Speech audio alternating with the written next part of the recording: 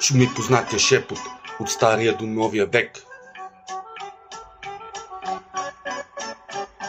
Ти се прегърни в Бога и всичко ще е наред. Ти се прегърни в Бога и всичко ще е наред. Кое е интуиция, кое е атака ментална?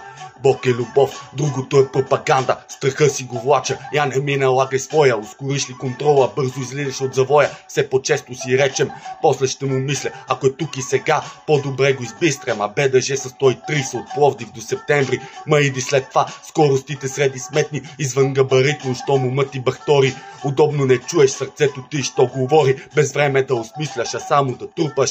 Парата е бюлетина, знаеш ли за какво гласуваш? Печалбата не е цела средство за власт. Що е вътрешният аз, преди да има нас? Бог е навсякъде, ни в гъне ни изоставя и във всеки от нас е как по теб ще избягал.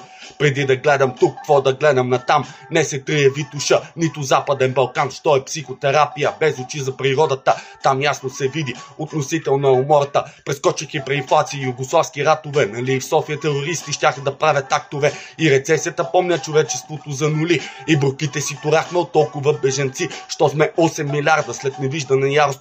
Де ми ядрената зима след 15-я градус. А как работи ми телефона приюти от този текст? След две тъмни зими, а как се тъпче и до днес? Въпросът е дали смъртта е толкова плашеща или живота да е страни от каузата правилна. Време, в което обичам, нивга не е изгубено. Моля се за постоянство, тягата на све научено. Относно времето, Бог винаги учи, че може са само следващите няколко секунди. Времената нас обръщат чрез фалшиво примирение. Ние може да ги обърнем чрез истина и смирение. Никой не ме пита, след години се протива. Така или иначе системата се самоубива. Старото е пробито, щом новото е влязло.